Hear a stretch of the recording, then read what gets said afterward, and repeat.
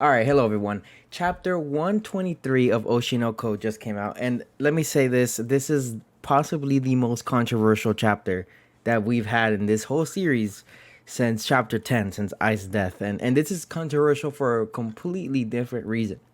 But before we get into that, if you read the chapter, you already know what I'm talking about. But let me reel you back in. Let me start you from the beginning. This chapter starts exactly like these chapters have been starting, which is just right where the last panel picked, like the last panel of the last chapter. This is just like right there. Like they're just sending you right there, No cuts, no nothing. This is just one continuous flow, and we see Ruby crying to Aqua and saying, "Oh my God, Doctor, Doctor, Sensei, it was you. I can't believe you've always been so close. I've been looking for you since my entire second life. I was looking for you. This is why she made the her idol group named the same name as I, because she was hoping that the doctor would notice that and go to her concert and be her fan and be like, "Oh my God, you're so amazing."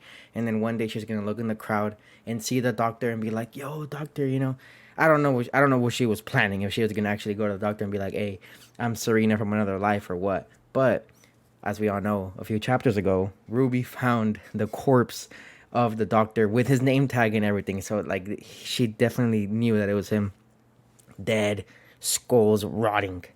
And obviously that broke her. That was one of the chapters that kind of made her kind of go down this little downward spiral that we've kind of seen Ruby go down in for the past, I don't know, maybe 30, 40 chapters. But now this is like the first little bit of hope that Ruby's feeling. And Aqua's like, "I'm sorry, I didn't mean to make you feel sad."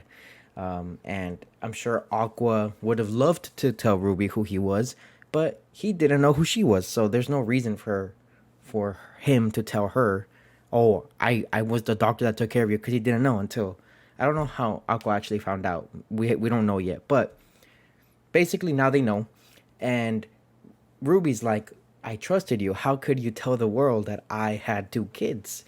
How could you do this, and basically Aqua explains that the only reason why he did that is because all of this, since chapter, what is it, 11? This dude Aqua has been playing 75D chess, okay? Everything he's done has been for the sake of revenge. He hasn't been happy once. He hasn't done one thing. When he's been like, "Oh my God, I actually like this," he tells himself, "No, no, I can't be happy until my mom, I's killer, is dead. Then I'm happy." So he basically, Aqua told Ruby, "The only reason why I told the world that I had two kids is so I can make the movie, so I could cast you, and I could avenge our mom." And then Ruby's kind of like, "Okay, you know what? I actually kind of see where you're coming from, because I did a lot of terrible things too. I lied. I I did a lot of dirty things that I shouldn't have done to get ahead, so I could avenge not only our mom, not only I, but also you, the doctor." And she said that every time that she lied and she felt like she was going to a different direction, that she just, and basically she said that it was really hard on her to lie, because obviously, as we know, like when Ruby was first coming up as an idol, she wanted to do everything fair. She wanted to not lie. She wanted it to be truthful. But obviously we know her mom, definitely did not go that route. Her whole idol career was built on a bunch of lies, and Ruby didn't want to be like that. But she ended up being like that because she felt like that's the only way that she can actually avenge her. And this is when Aqua comes in and is like, "This isn't you. This isn't you at all.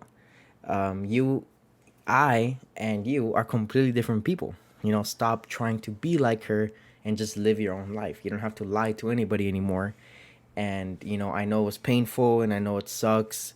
Everything that literally everything, Serena, Ruby's moms, both moms, basically, the fact that Ruby now has to live with the fact that her mom has or her old mom, Serena's mom, has a whole other family now that she actually loves and actually cares about. She has to deal with that. Obviously, in the last chapter, we saw Ruby look through the window and seeing her past life's mom chilling with two kids, super happy. And obviously, Serena's mom never gave her love, even when she was in the hospital. Visited her like once a month, and barely cared for her. Didn't even say "I love you." When she did say "I love you," it was super like not genuine. So obviously Ruby as a character has been through a lot in both lives. And obviously Aqua's trying to calm her down and just tell her like, you know what, like everything's gonna be okay. Basically let me handle it. Okay. Let me live the depressing life. Let me be angry and upset and filled with death. I just want you to be happy. I want you to be the best idol you can be, you know? And then Aqua is basically like, "Oh, I'm your biggest fan," talking to Serena, saying that, you know, honestly, the only reason why why Aqua admired I as much as he did was for Serena, for her. When Serena passed away, the doctor was like, "I feel like if I root for I and I see I succeed, it's kind of like Serena in a way is succeeding because obviously Serena passed away, so she can't become an idol like she wanted to. So the next big thing is for the doctor to root for I, to root for the idol of the like the literal idol of the person that he took care of in the hospital. And now, you know, once again, many years later, I think Aqua and Ruby are like 16, 17. So 17 years later, they finally, for the first time, can have a conversation again. And Aqua is telling her like, you are more radiant than I. Back then you were more radiant than I, speaking to Serena. And you know, Ruby has this little expression, and then it cuts. Okay, so this is I might have to make a full discussion video just on this character because I have no idea who he is or she is or they are. I'm very dumb. So someone please enlighten me. It's this like little kid with crows all around him. And they seem to be like some sort of god, like some sort of like being, like supernatural being that knows all. Like this supernatural being I'm led to believe is the reason why the reincarnation happened in the first place. So if you don't know or if you forgot, Ai's kids, not Serena and the Doctor, like her literal kids that would eventually become Serena and the Doctor, were going to be born stillborn. So they were going to be born dead. They were never going to have a chance of life at all.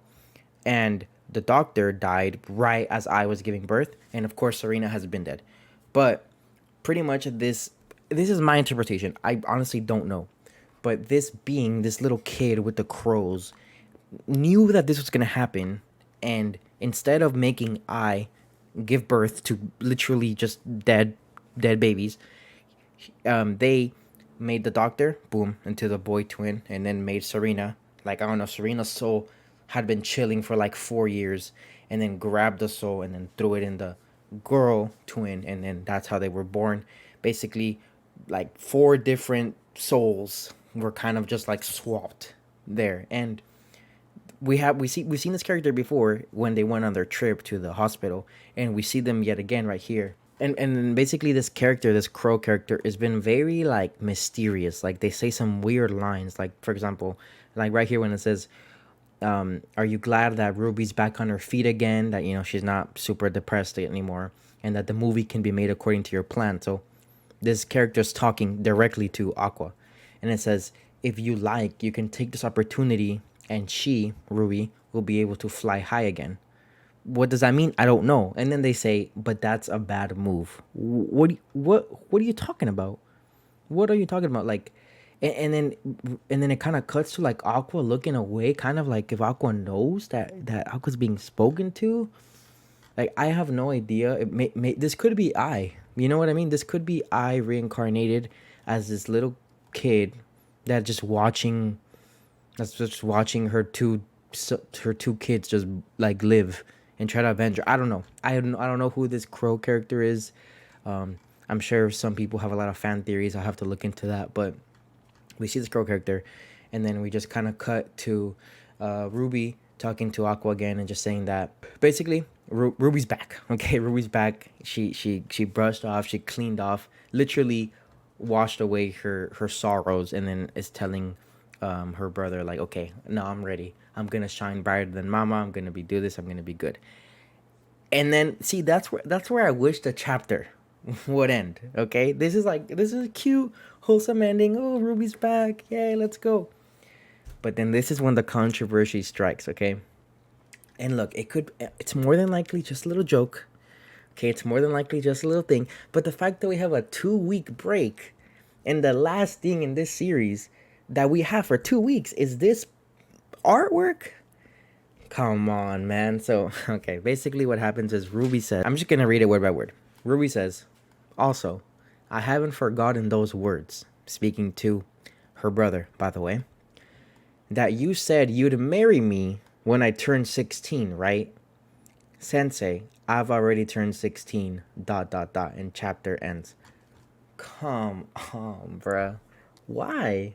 Why is the author teasing a little incest situation? That's terrible. Now, okay, I don't think it's actually gonna happen. I don't think the next panel's gonna open up with Aqua being like, "Oh my God, you're so right," and start making out. I don't think it's gonna be crazy, nasty like that. But the fact that this is even brought up in the first place, I'm pretty sure the next chapter is just gonna open up with Aqua being like, I don't know, some edgy quote because he's all serious, and then back to normal. But but again, this chapter has 667 comments, and not a single one is about anything other than that last panel. So that kind of just goes to show the controversy that this little scene happened. But yeah, and also I have to say, me here in my channel, in the Spunk Reviews channel, we do not condone incest ships. Okay, I've seen a lot of people being like, "Nah, I'm kind of here for it. I'm kind of down." I'm telling you this right now. No, we are not down. I don't even have a lot of Oshi no Ko ships. I guess Kana and Aqua are nice. I mean, I like it better than Aqua and Akane, but that's another video. But yeah, we do not condone incest ships. Okay, don't be like that. If you really do ship them, come on, do better. But anyways, besides that, nice little chapter, Oshinoko. Kind of an L chapter a little bit just because of the end, but it's okay. I'll see you guys in 2 weeks for chapter 124. Bye.